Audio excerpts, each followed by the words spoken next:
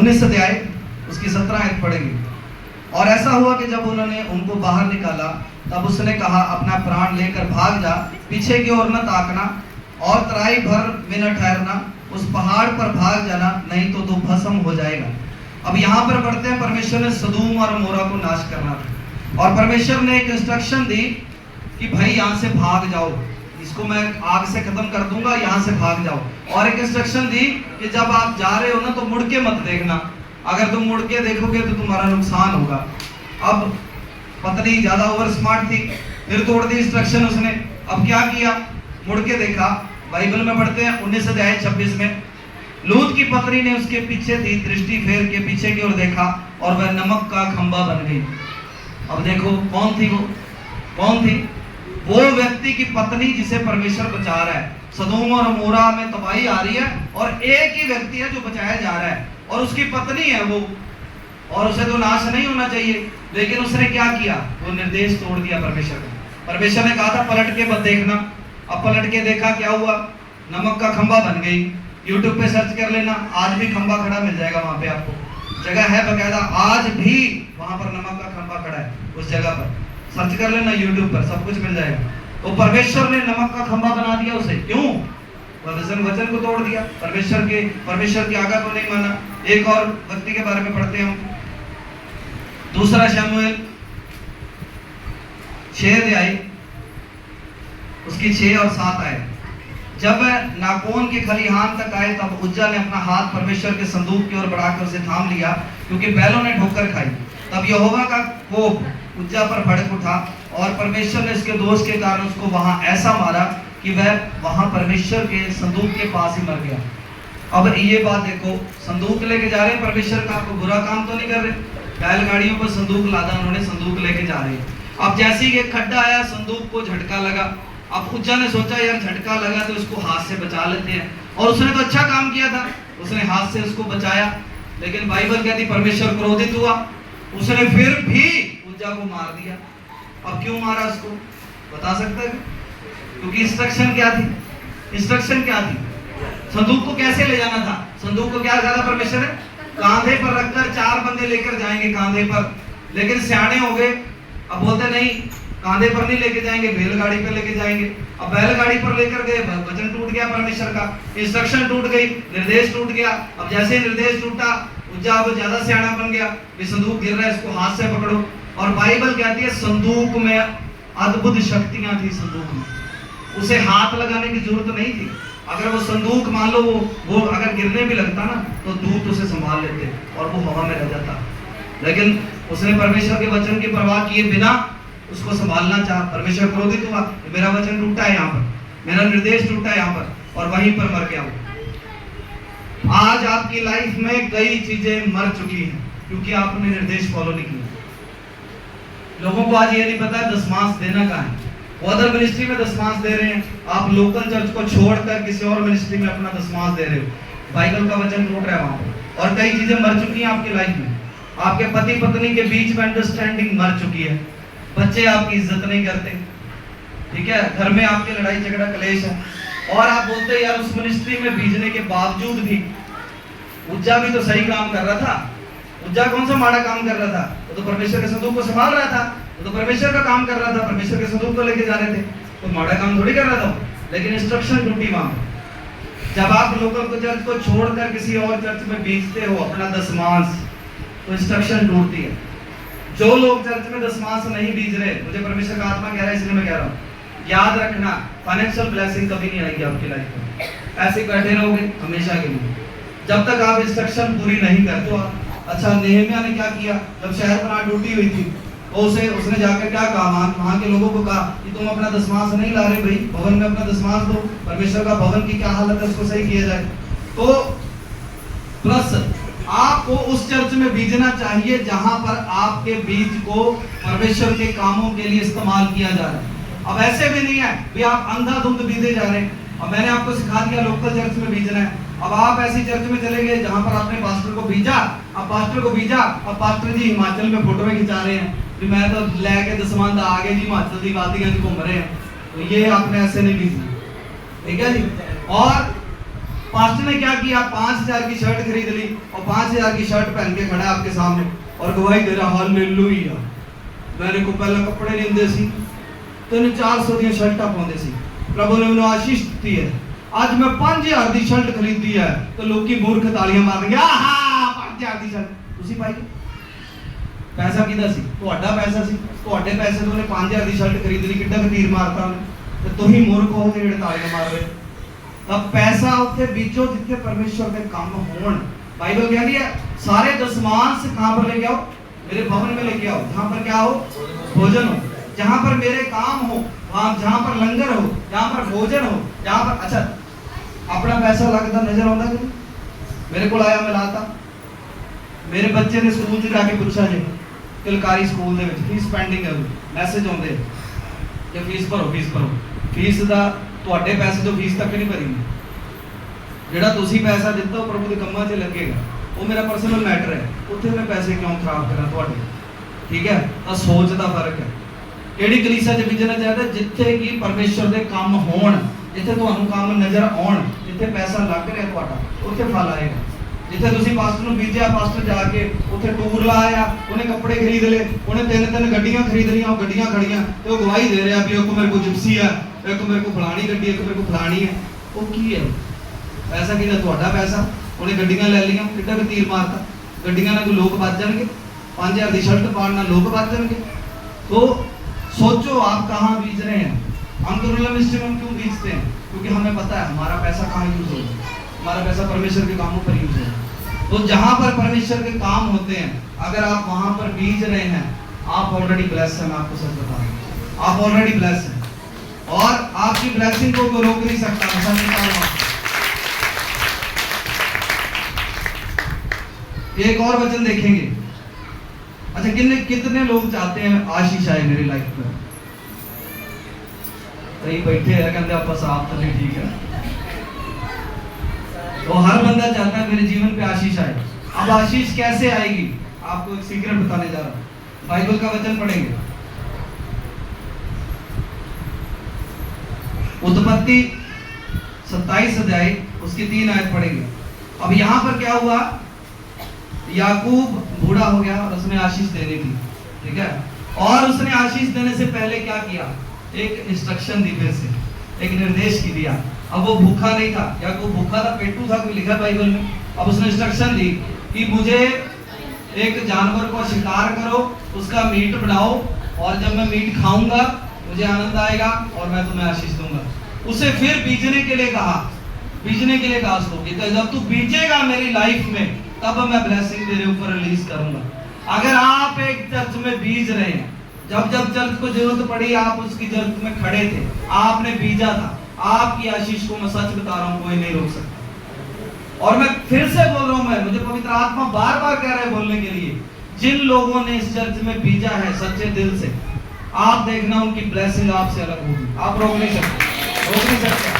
उनकी ब्लेसिंग आपसे अलग होगी, उनका लेवल आपसे अलग होगा, उनकी इज्जत आपसे अलग होगी। अच्छा बताएंगे, मेरी सेवकाई में कुछ लोग हैं जो बीज रहे हैं, उनको परमेश्वर ने कितनी इज्जत दी है। बाइबल में लिखा है, यशाया 61 अध्याय में लिखा है, तुम्हारी नामधराई के बदले दूना भाग मिलेगा, अनादर के बदले तुम अपने भाग के कारण दूने भाग के अधिकारी हो।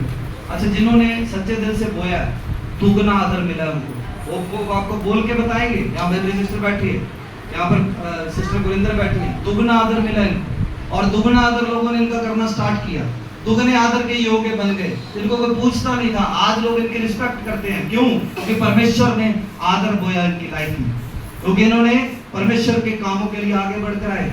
आज कई लोग यहाँ पर बैठे हैं, उन्हें ऐसा लगता है कि अगर हाँ बीज के बारे में बोला गया तो परमेश्वर और इसको पास्टर को भी पर्सनल जरूरत होगी। मुझे कोई पर्सनल जरूरत के लिए आपका पैसा मैं कभी यूज नहीं करूंगा, मैं क्लियर बोल रहा हूँ। जब मैंने इससे स्टार्ट की थी, हमने कहा था कि 10 मास जो है वो पूरे प्रभु के कामों में लगेगा, और हमने कभी यूज नहीं किया। आज हम 50 से 60% प्रभु के कामों में यूज कर रहे हैं, जबकि हमारी कमिटमेंट क्या हुई थी, हमारी कमिटमेंट हुई थी 10 मास बीजेंगे हम।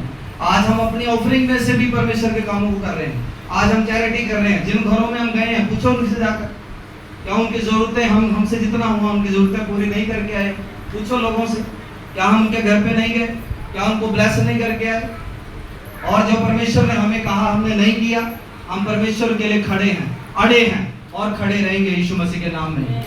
और मैं आपको बता रहा हूँ, अगर हम परमेश्वर के वचन के अनुसार चल रहे हैं तो ही प्रभु हमें ब्लेस कर रहे हैं।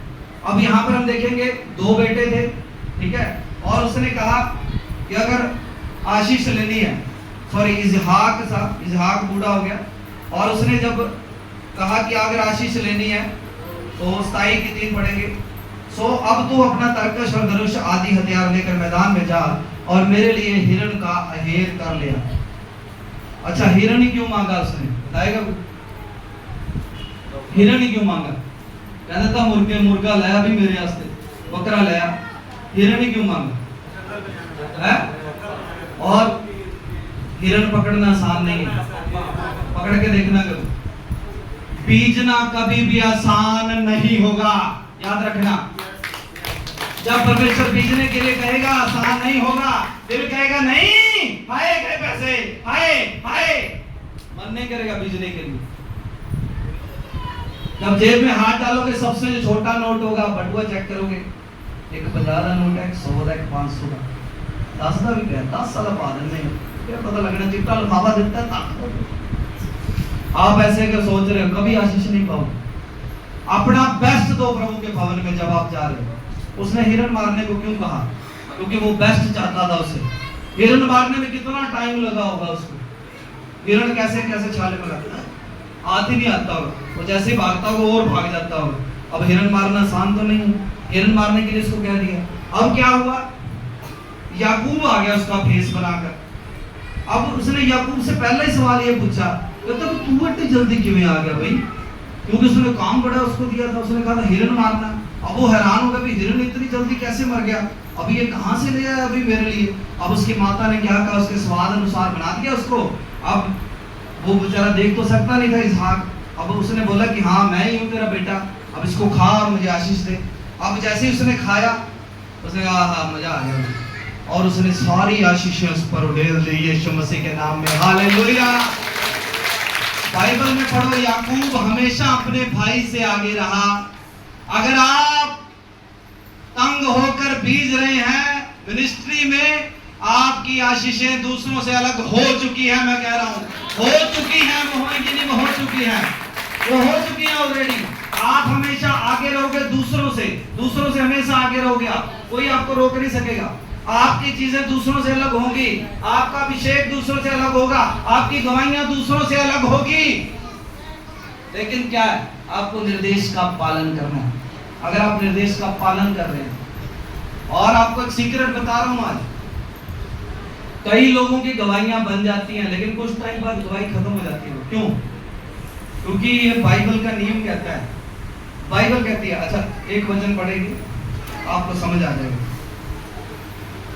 और यहाँ पर कहा है पहली उपज, यानी कि जो आपका फर्स्ट फ्रूट होता है वो चर्च का होता है।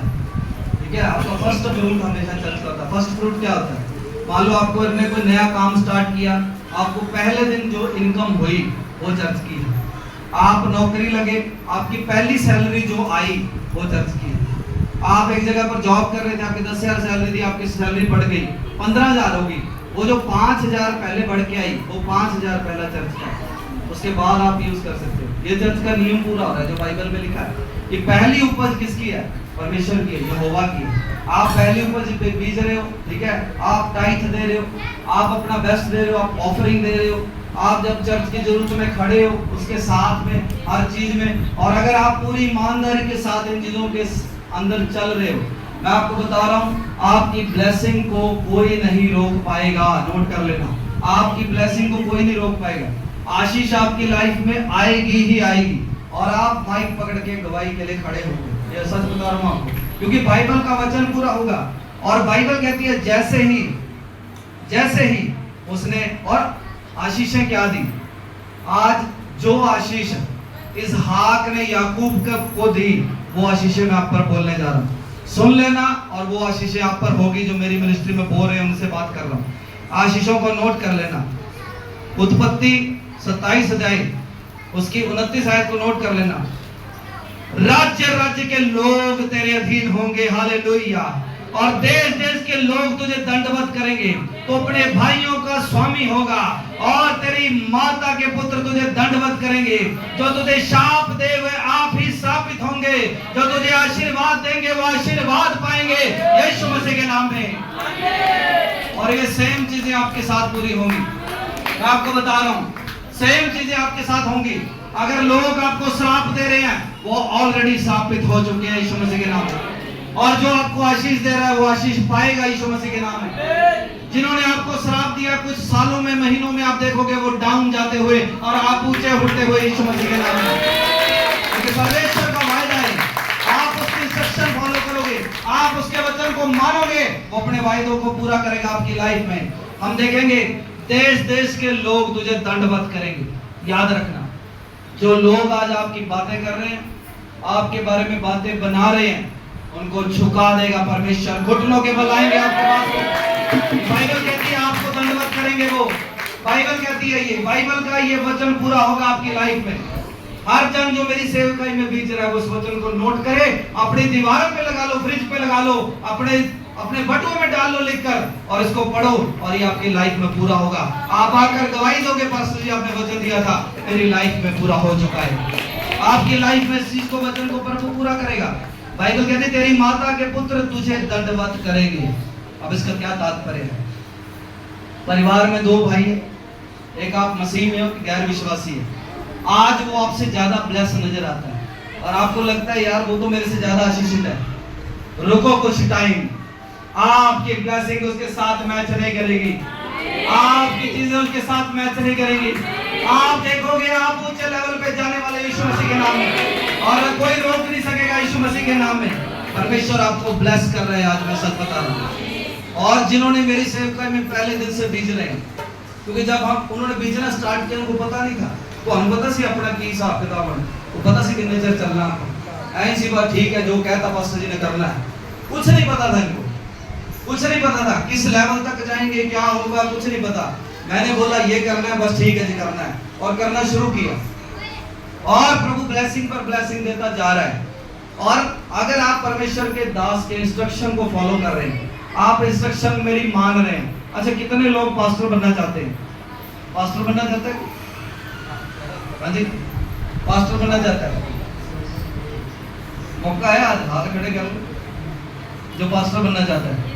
अब आपके लिए क्या इंस्ट्रक्शन है? जो पास्टर बनना चाहता है आपको 20% देना पड़ेगा। बाइबल क्या कहती है? परमेश्वर के दास दुगने आदर के योग है। अगर दुगना आदर उनको मिलना, वो कहता है दुगने आदर के योग है, तो काम भी क्या करने पड़ेंगे? दुगने। अगर एक विश्वासी की प्रार्थना कितनी है? 2 घंटे 24 मिनट, तो पास्टर की कितनी होनी चाहिए? दुगनी। अगर एक विश्वासी 3 व्रत रख रहा है, पास्टर को कितने रखने पड़ेंगे? 6। अगर एक विश्वासी की पवित्रता 50% की है, पास्टर को कितनी रखने पड़ेगी? 100%। अगर एक विश्वासी 10% बीज रहा है तो समझ गए आप? हमें भी इंस्ट्रक्शन है, हम 20% बीज रहे हैं, हमें इंस्ट्रक्शन है। जो मेंटरशिप में पास्टर है उन्होंने कहा आप 20% बीजो और देखना आशीष कैसे आएगी आपकी चर्च पे। हमने जैसे 20% बीजना शुरू किया तो वही का लेवल ही चेंज हो गया। पहले बोलती थी मेरा सिर दर्द से ठीक हो गया, अब वो बोल रही मेरी रसोड़ी बाहर आ गई।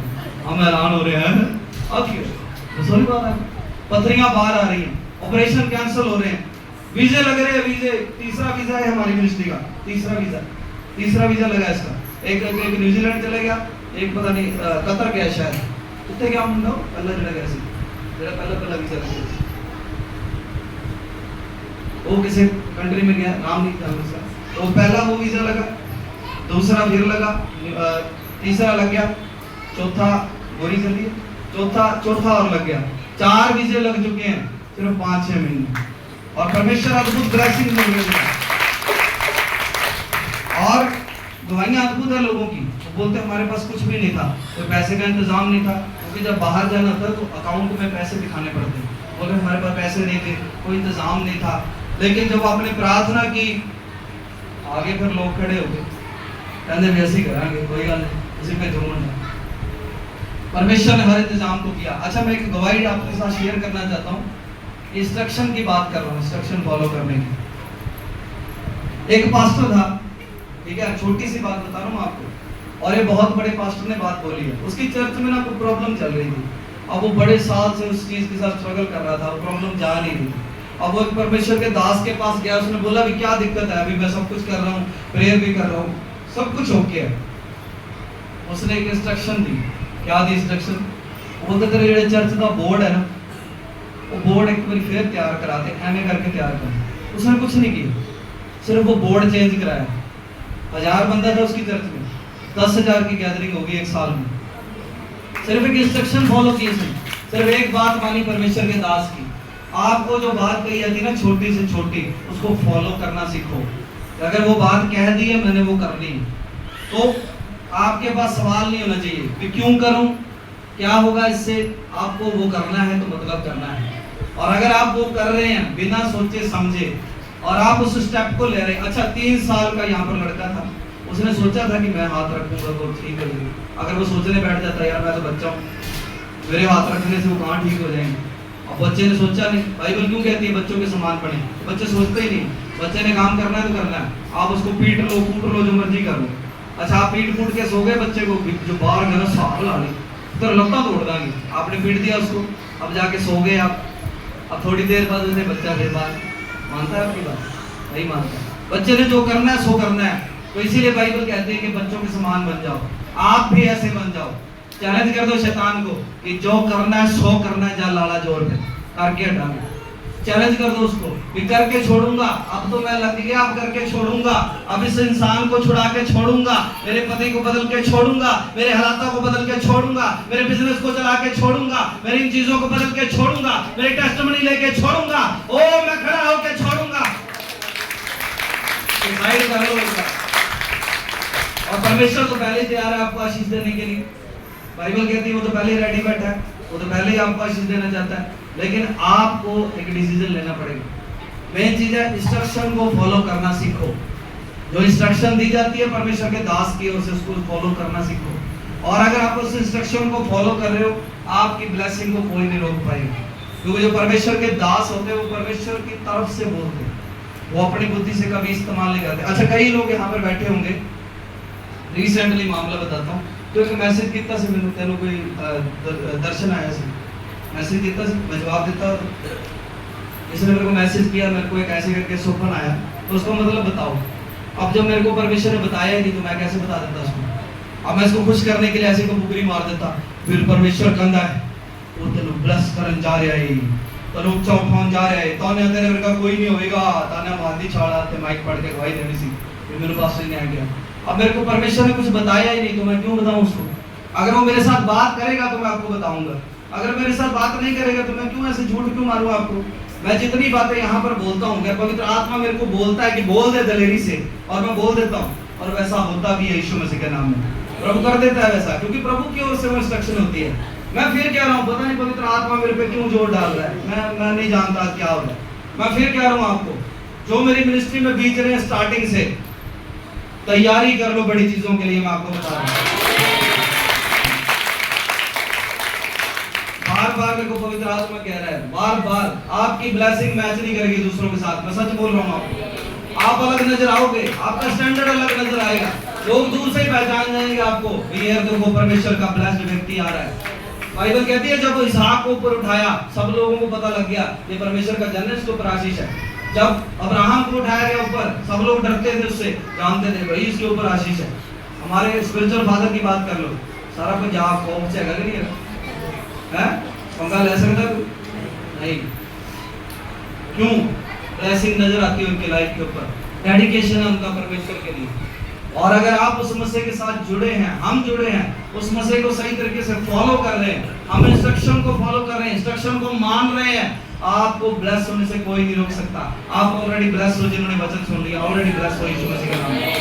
क्योंकि ये वचन किसी चर्च में कभी नहीं बोला गया, किसी चर्च में कभी प्रीच नहीं किया गया। मैं दावा कर रहा हूँ आपको, यूट्यूब खोल लो, आप खोल लो, किसी चर्च में आज तक प्रीच नहीं किया गया। इंस्ट्रक्शन का क्या मैटर होता है?